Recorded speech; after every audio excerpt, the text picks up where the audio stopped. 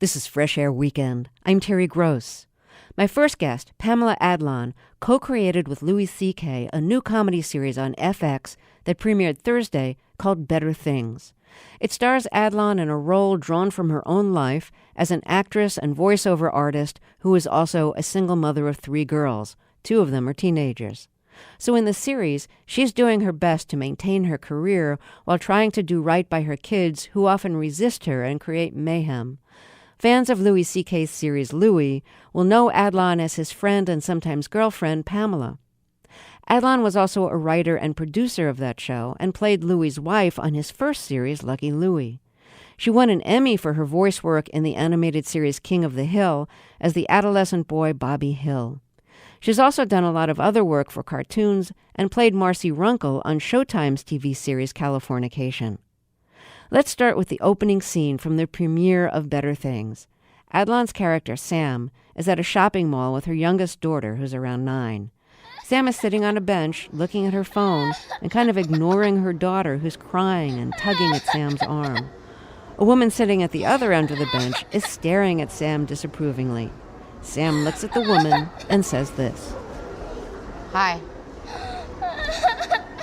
Do you want to buy her the earrings? Because that's why she's crying, because of $6 earrings that she has them at home already. But she wants them for right now, so you should go into that store and buy them for her. Because I'm not doing it. Or stop looking.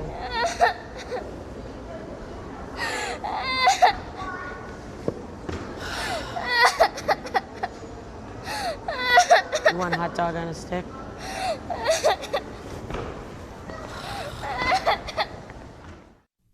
Pamela Adlon, welcome to Fresh Air. So, thank you. I'm sure a lot of this series comes out of your life. And I'm sure, like probably all mothers, you've been in the position of feeling like you're being judged by somebody you don't know because your child is crying and they think that you're being cruel to her. Oh, yeah.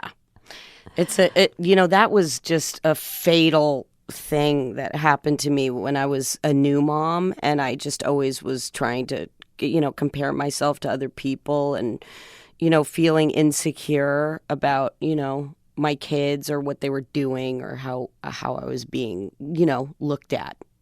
And how did you get over that? I had 2 more. Survival and realizing that, I don't need to be a room mom every freaking year in school. It's fine. So in a way, the audience for your show is going to be like the woman on the bench watching you and your kids or your character and your character's kids. And are you worried that we'll all be passing judgment on your parenting based on the series? That's funny. No, I'm not worried. I'm not worried at all. I'm proud of it, extremely proud of it. And also, I feel like it's inspiring when you see somebody do something that's complicated. So I feel like we're helping people. That's what I'm hoping for. You know how a lot of presidential candidates say before they decide to run for office that they have to talk with their family and take a vote in the family about whether they should run or not? I should have done that. Did you put this to a vote with your children about whether it was a good idea for you to play a mother with 3 children, similar to the fact that you have 3 children?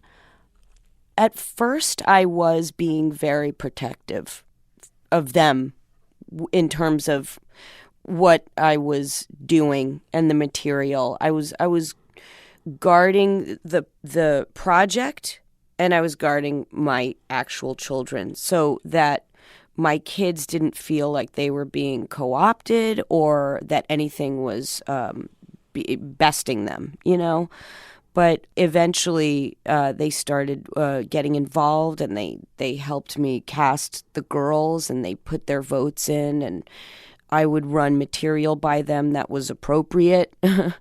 And they're very much a part of it. The show is completely dedicated to them and all that they do, and the show really gives them a voice and their friends. It's an incredible gift that I've been given. So let's hear another scene from the first episode of Better Things. And in this scene, you're in the car with your oldest daughter, who's 15. Her name is Max, and she's played by Mikey Madison. And so out of the blue, she tells you that she wishes you smoked pot. I wish you smoked pot, Mom. What? It would be good for you. Stoners aren't losers, Mom. And it would mellow you out. I'm perfectly mellow. Can I ask you something? No. You know what? Never mind. You'll just freak out. Okay, you don't have to, but now you know you're going to. Could you get pot for me? What? Gabby Schuster's mom told her if she ever wanted to smoke pot, she'd get it for her. Like, don't you want me to have clean, organic pot? You should want me to have good nugs. Good nugs? I don't even know what to say. That's amazing. I don't know how to get pot. I don't even know where to get... Gabby Schuster's mom said that to you? Okay, that's great. I can't even get grand pot for her arthritis. How about this? How about this? No, Max, I'm not going to get you pot. It's so easy, Sorry. Mom. You get a prescription. You just have to be 18. Max, honey, can we just go back to the regular hard things like school supplies? You should be happy I'm honest with you. I could just get it and not tell you. Oh, yeah. Well, that might be a little better. Seriously? Yeah, these things are normal, but you should be ashamed of them. Why? You're my mom. I want you to know if I have sex or if I want to get high. Ah! No, hide things from me, please. That's hilarious. So tell us about writing that scene. Well, that scene might not have been so difficult to write. Because? No names. It's, in terms of telling these stories developmentally, this is something that was going on with a lot of kids around my daughters and my friends' kids. And so I wanted to kind of, show what happens when there is an open dialogue and maybe the parent doesn't want it to be so open. It's a little scary. I love the way the daughter is using both guilt and a sense of parental duty to try to get you, the parent, to works to buy, every to buy time. a pot for her. Works every time. It's your duty to give me something that's clean for my body, which I'm probably going to do anyway. No, please don't put that on me. In this series, the daughters, the two older daughters, just really speak so rudely to the mother. I mean, they insult her. They totally mess up the house when she's away and don't even bother to clean it up.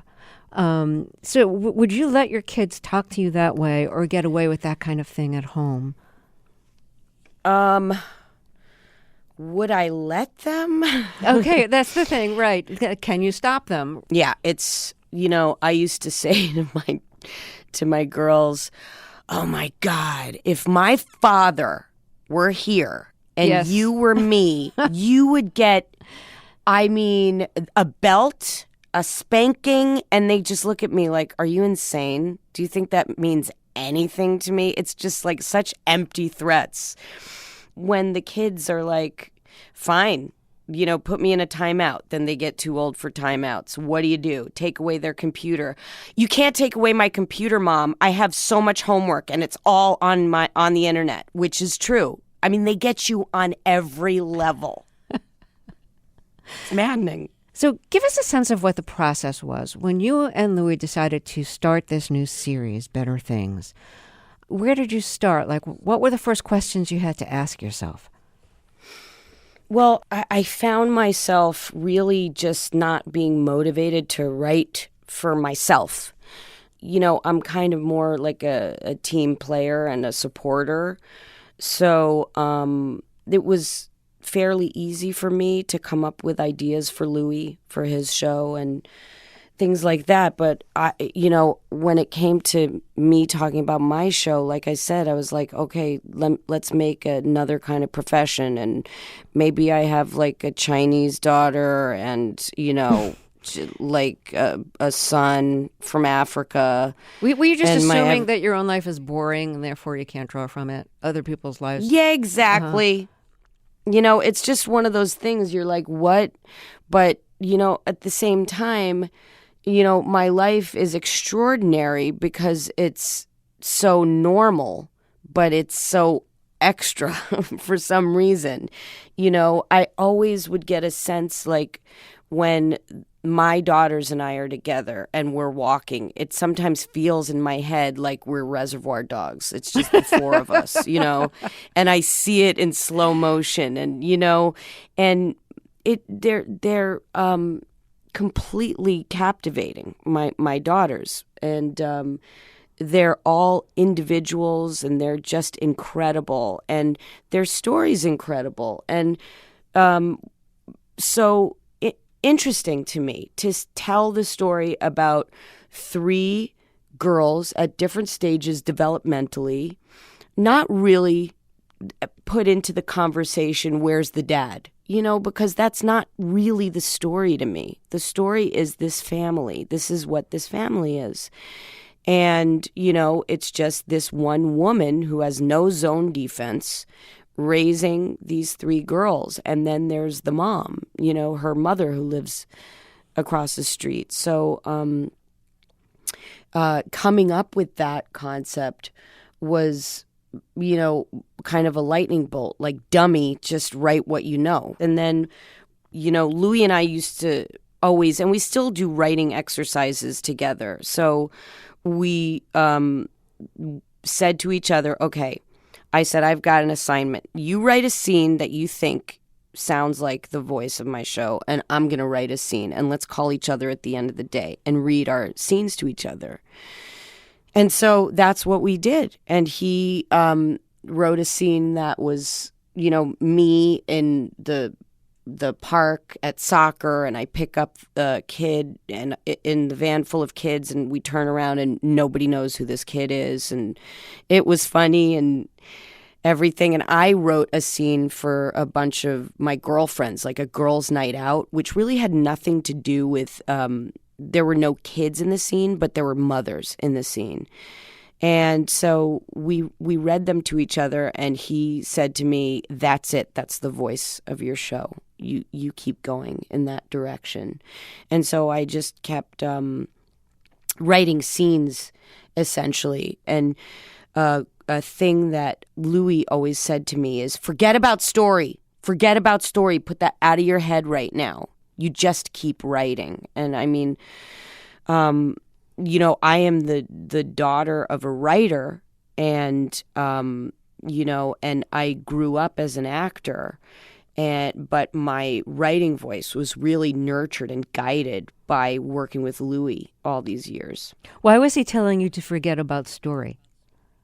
Because it would be like, instead of saying, okay, this episode is about Sam has a problem at the dentist, and then she goes to the thing, and then her daughter comes and says something. That's not the way we write. It's just about elements and details and then putting it together.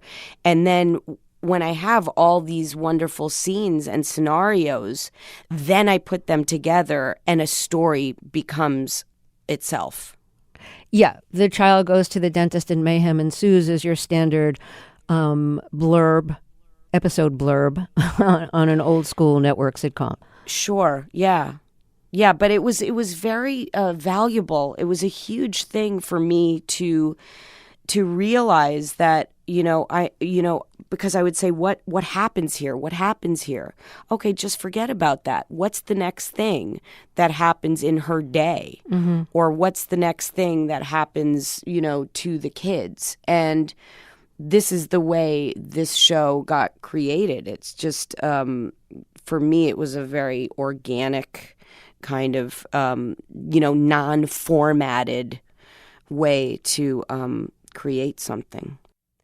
Your character in the series is an actress and voiceover artist, and you've done a lot of voiceover work. When did you realize you could do voices? You've done a lot of, cartoons as well as, I think, advertisements, commercials. Yeah. It's funny because I tracked it to one of the first times we came to California. One of my dad's cronies had this recording studio, and he needed a little girl to do a radio spot for him. So he asked my dad to bring me in when we were here in California visiting, and I did a little voiceover for something, and I played a Valley Girl, which I didn't even know what that was. And then I guess I started to I somehow got cast in a commercial, and I didn't have a commercial agent as I did when I was a little girl, but I didn't later in my teens and my 20s. And somehow I got cast in a Jack in the Box commercial, and I ended up doing it, and I did one of those, I coined a phrase in the commercial. It was like, "Where's the beef?" But I said, I told those guys, do it with chicken. Now people are going to look that up. This sucks. So anyway, I was really excited to do it because William Fraker, the great cinematographer, shot that commercial. So a man named Paul Doherty, who's with Cunningham, CESD, I can't say all the names. He heard my voice, and he brought me in, and he said, read this copy. And I said, but this is for a boy. And he said, just trust me, read it. And it was a 7-Eleven spot, and I was to play this boy, Kevin, talking to his dad. And so he said, okay, you're great. I'd like to represent you. And so he sent my audition out, and I booked it. And it was the first thing, and it was this 7-Eleven campaign that went on for several years. And I just worked in radio for a long time, and I knew about animation, but I just could not get my foot in the door. And then I finally started booking some animation jobs, and that was heaven. It was heaven. I did a bunch of Rugrats back in the day, and I would look at E.G. Daily and, Cree Summer and Chris Kavanaugh, Rest Her Soul, and Kath Soucie, and I would be like, oh my God, this is my jam. I gotta do this. And so I started doing animation. Then I could not get arrested in radio anymore. It seems like you either do one thing or the other. I don't know too many people who can cross over. When you say radio, do you mean radio ads? Yes. Okay. Yeah, exactly. Mm-hmm. So how did you find the voices that you're capable of getting for animation? There's something in my voice tonally that's like a boy. So, I started, being able to do boy voices and to be known as having a naturalistic boy tone without pushing it. Like from the old days, like the Rankin Bass boys who would be like, gee, Mom, I have a lollipop. Although I do some of those sometimes, but,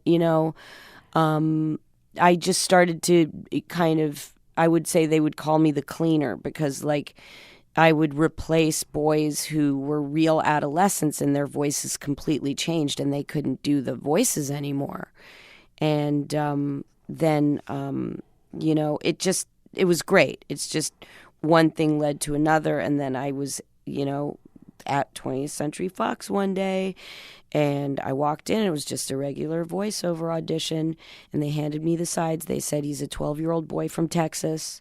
And I was like, man, I wish I'd watched Badlands last night or some reference, something in my brain. But, I went for it. And then, I went back, and I remember auditioning for Greg Daniels, and there were all these sketches on the wall. And he said, I hope you don't think I'm rude, but I'm going to turn away from you and I'm going to look at the sketch of Bobby Hill while I'm listening to you. And so that pretty much was it for me. This is Bobby Hill and King of the Hill, which was on, right. I don't know, for like 12 years or something. It was on a Yeah, really we long did time. 13. Mm-hmm. Yeah. Yeah, and so, and your voice, as far as I could tell, kind of stayed the same during those years. yeah, well, I didn't go through puberty. Yeah, I'd well. already been there, done that. But voices do I went tend through to get pregnancies. older. Yeah, that's true. I went through 3 pregnancies as Bobby. Wow. Yeah, it's something else. Will you do a little Bobby Really voice is. for us? Well, Terry, I just want you to know that I admire you so much, and I would like to take you to Benihana if you ever come to Hollywood. So what Texas accent did you find for that, since you hadn't watched Badlands the night before the audition? You know, I just came up with, I was just like, okay, one of those. I feel like, in terms of dialects, my mother used to always, when she would tuck me in, I would ask her to do different dialects. Because she's English, she would do Scottish and English and Irish and Australian. And it was one of my favorite things that she would do for me. And she would say the name of the world's, the longest name of a town in the world, which is like in Dublin or something, like Clamfair, Prithwingeth, Quingareth, Quingoch, Clandithiliath, Gogogoch, something like that. And she would just do things like that for me. And I am convinced now that that's what planted that seed. So when did you become a single mother? Oh, boy. How far back do I go? You mean, when did I get divorced? You felt kind of single mother beforehand? Yeah, sometimes. Mm-hmm. It's been since 2009. So how old are your kids now? They're all teenagers. Got a 19, 16, and 13-year-old girls. Wow. Not for the faint of heart. Do not enter. Enter at your own risk. Well, I want to wish you good luck with the series. I think it's great, and Thank you so I'm so much. glad you have it. It's been great to talk with you so again. much. Pamela Adlon stars in the new series Better Things, which she created with Louis C.K. It premiered Thursday night on FX.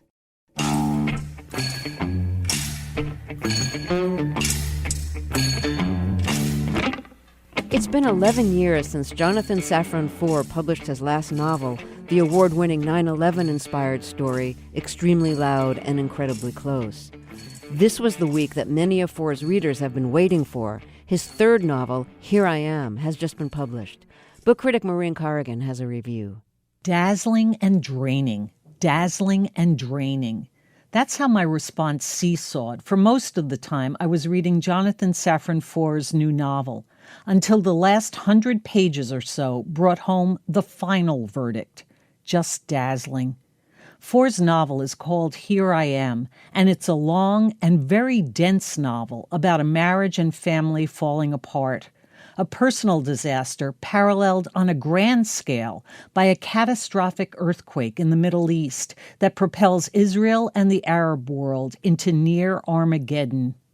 Foer's title, Here I Am, is taken from one of the most disturbing passages in the Bible, where God commands Abraham to sacrifice his beloved son, Isaac. That passage begins when God calls out to Abraham, and Abraham answers, Hineni, here I am. The core question that Foer's novel explores is, to whom do we respond, here I am, when called? Our families, our religious communities, our country? Who or what do we show up for? Here I Am takes place over 4 weeks in the life of the Block family, who live in Washington, D.C. Jacob is a novelist turned television screenwriter. Julia is an architect. They have 3 sons, the eldest of which, Sam, is about to make his bar mitzvah, Or that is, he will, if he apologizes for the list of racial epithets he scrawled on his desk at Hebrew school. Jacob and Julia are shocked. They're the kind of enlightened liberals who talk openly and exhaustively with their kids, eat pretentious pasta, and yes, always have NPR on in the car. Sam's offensive list, however, will soon be augmented by another damaging string of words when Julia finds a cell phone hidden at home. Never a good discovery. Sure enough, the phone turns out to contain erotic text messages that Jacob has exchanged with another woman. The Block's marriage fractures.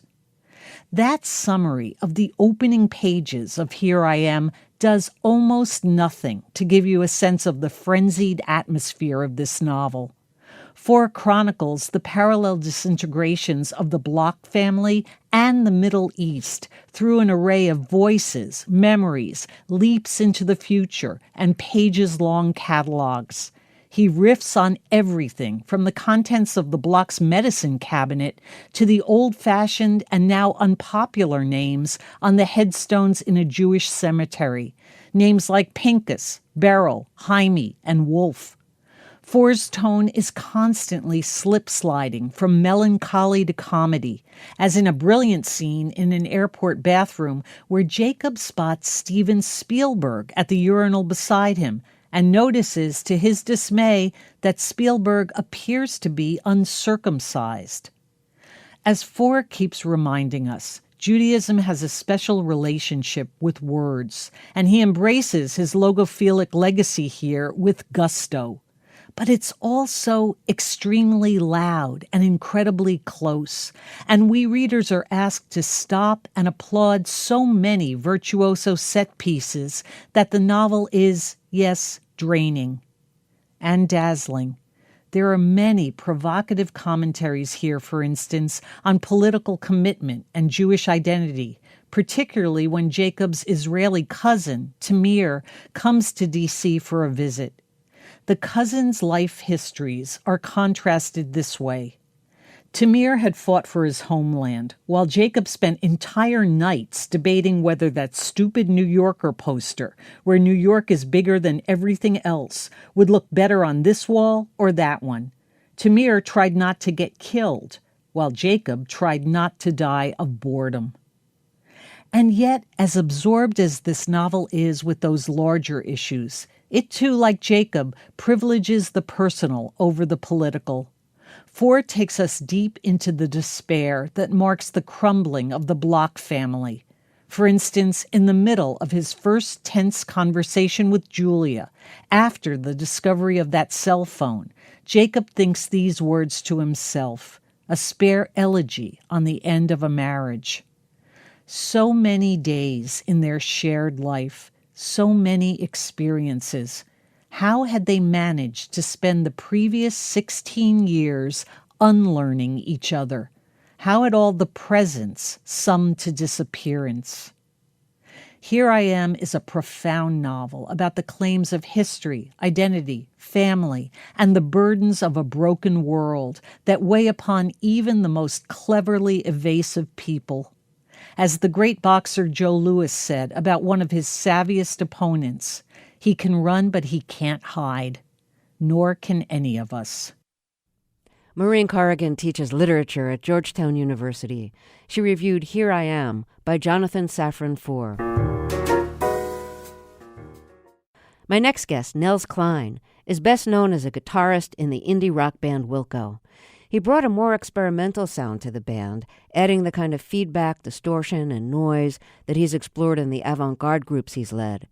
In 2007, Rolling Stone named him one of 20 new guitar gods, and in 2011, he made the magazine's list of the 100 greatest guitarists of all time.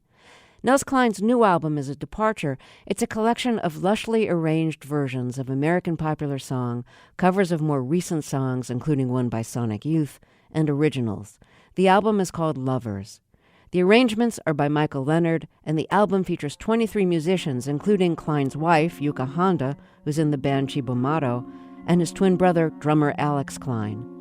Let's start with a track from the new album. This is Glad to Be Unhappy.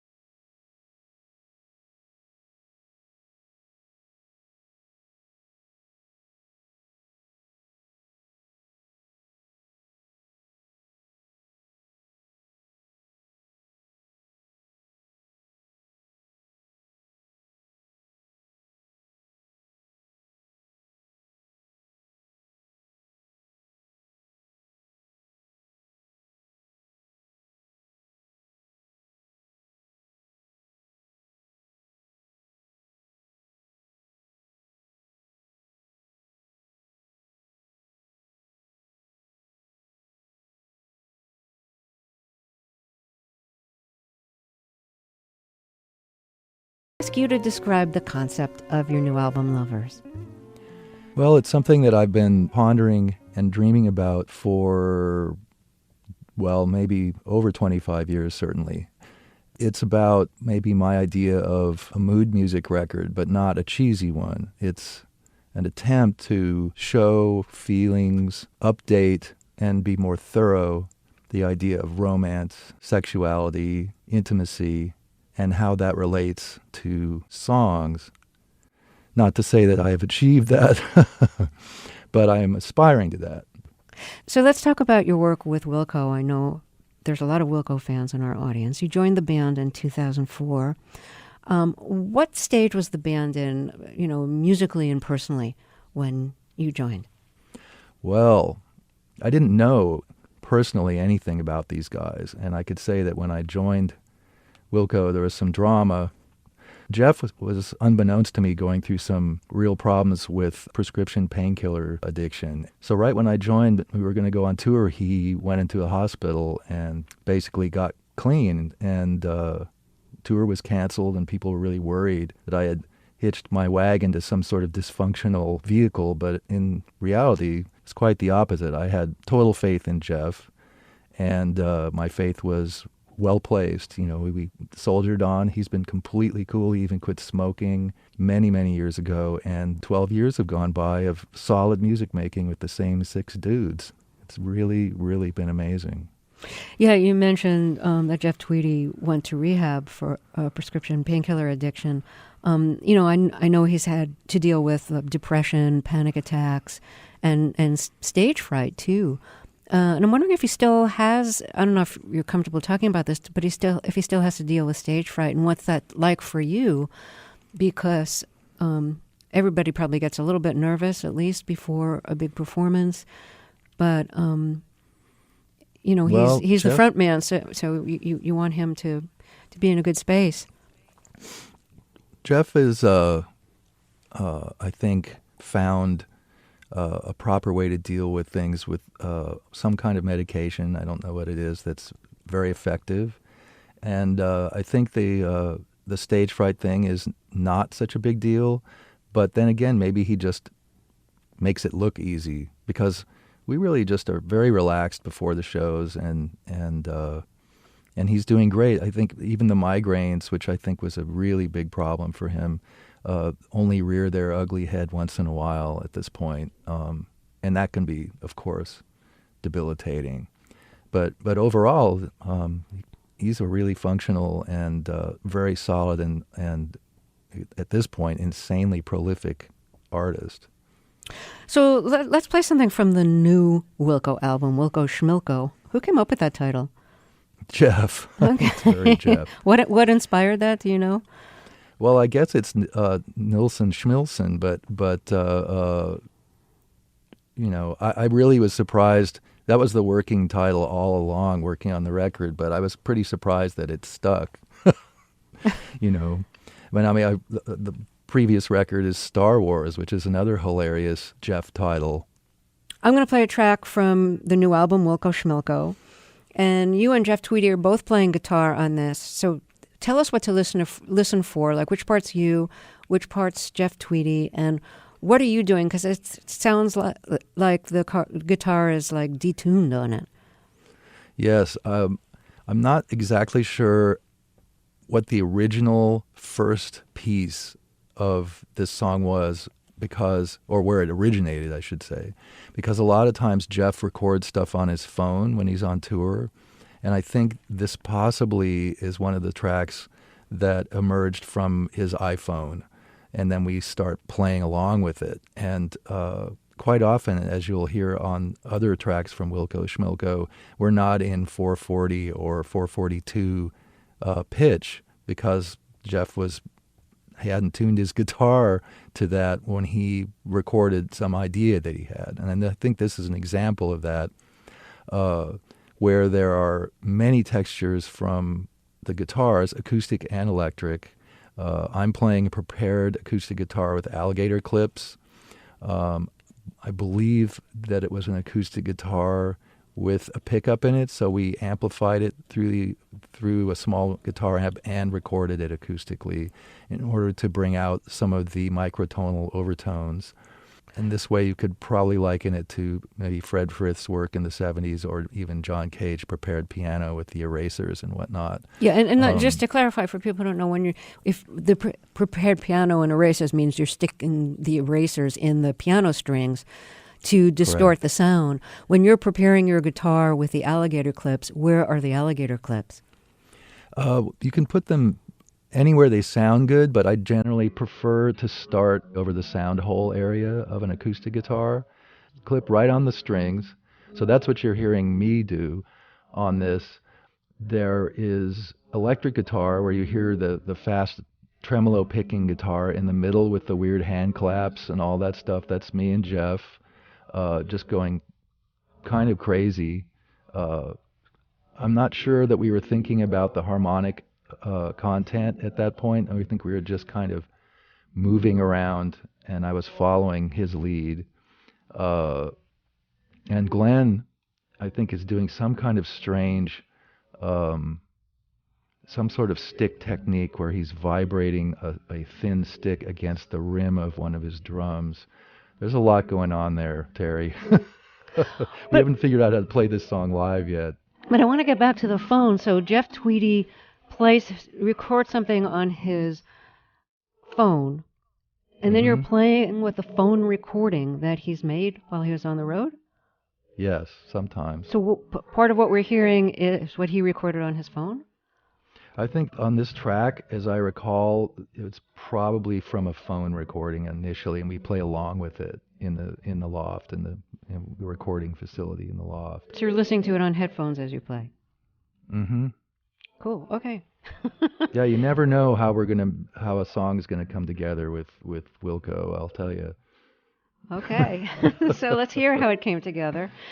This is from the new Wilco album, Wilco Schmilko. This is Common Sense.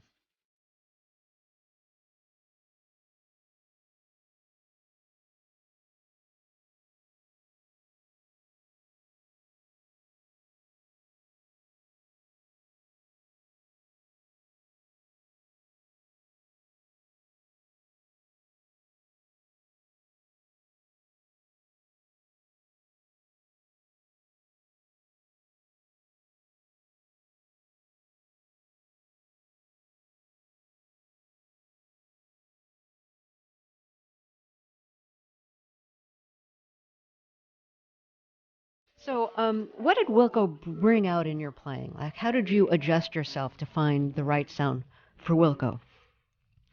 It's actually kind of interesting that I think primarily my goal was not to bring my personality as a whatever, jazz type, soundscape type person to the band, but that kind of ended up happening. I feel that mostly the Wilco songbook kind of brought out my sort of 14-year-old aesthetic self, the rock and roll obsessive that was listening ardently to Buffalo Springfield and the Byrds and the Beatles and Rolling Stones, that music that I grew up with. And interestingly, I think trying to channel either my initial idol Jimi Hendrix or trying to fake some Clarence White or, you know what I mean, some great Glenn Campbell stuff or something. And then Jeff has to tell me sometimes, you're being too reverent to this material. And sometimes I think he wants me to destroy the song, as he did on a song like Dawned on Me, where I think I was trying to come up with some little jingle jangly thing. And while I was messing around, I was strangulating my 60s guitar and with an amp that was basically, I blew up the amp doing this, and he said that's the sound that should be in the solo section. So I mean, that would not have been my first impulse, and I think that people think it is, that my whole raison d'etre is to bring some sort of chaotic sound design to Wilco's ensemble sound, but it wasn't. I really enjoy addressing this more classicist aspect of popular music, whether it's country, folk, or rock and roll, and just trying to make the song sound like the song should sound. You know what I mean? It's not all about some kind of avant-garde mindset or about changing the sound of the band or bringing whatever my thing is into it, because I really don't think I have a thing when it comes to music. I think I want the music to sound like it should sound to everyone in the band, and then particularly to Jeff if he wrote the song. That's what's successful to me. Did you have to find not only like a music space for yourself within the band Wilco, but also like an on-stage personality to have? Because let's face it, the smaller, more avant-garde groups that you play with probably play in like small clubs and small performance spaces where everybody's wearing a T-shirt. And granted, you all wear T-shirts on stage anyways, but you know what I Not mean? me. Oh, not you. But those small spaces, I mean, it's just different than being in like a really big theater or an arena. It's sort of, this is going to sound maybe a little like I'm kind of not telling the truth, but I am telling the truth. I don't really care how many people are there, and I kind of play the same no matter what. But yes, rock and roll has pageantry, I like to call it. Yeah, exactly. Right. In Wilco, yeah, we have lights, we have atmosphere, we have, fake smoke, all that stuff that rock You do the bands fake do. smoke thing?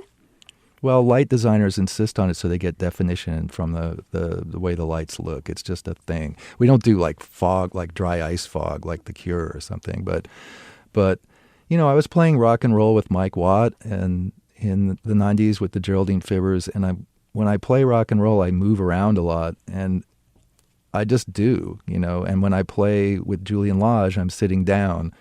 I just like to do all these different things, and my concentration and I have to say, my dedication to the moment and to the sound is the same no matter what I'm doing. And I think without sounding disingenuous, I get a kind of fundamental, if not moronic, pleasure from sound as soon as it starts. So even in sound checks, once we start playing, I'm in the zone. I'm happy, because I like playing and I like sound, and I like all different kinds of sounds, and that is what drives me, and that's what's probably saved me. So when you're soloing, is there a time limit on your solo? Like, especially for recordings, does Jeff Tweedy say, okay, like no more than 35 seconds? Well, the song form is usually kind of set, except on Art of Almost from the record, The Whole Love, where he basically created a coda that we played separately and edited onto the end of the song. So I would, as he put it, shred. So he asked me to shred, and I think that the length of that was determined prior to my shredding, but it could have been longer or shorter if I'd wanted it to be. Other songs, I just mentioned Dawned on Me. That solo section, which is just shrill noise at this point on the recording, is of a set length. And I find that this is a huge challenge for me. I start thinking about people like George Harrison when I'm given this little space of maybe 10 seconds or 15 seconds to do something, beautiful, coherent, exciting, whatever is required, because I am not good at self-editing. So it's a really, really a great challenge, and it varies from song to song. Well, it's been great to talk with you. Thank you so much. Thank you. Why don't we hear the song that you were referring to, Dawned on Me? So this is Wilco with my guest Nels Cline on guitar.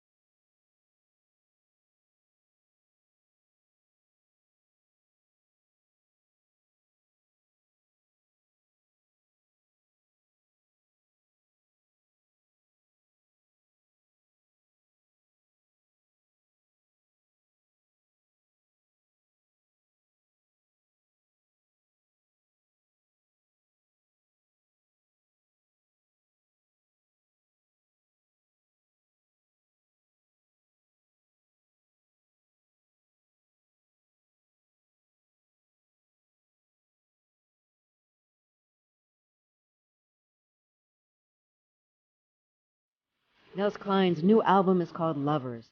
He's also on the new album Wilco Schmilko. Fresh Air Weekend is produced by John Sheehan. Fresh Air's executive producer is Danny Miller. Our technical director and engineer is Audrey Bentham.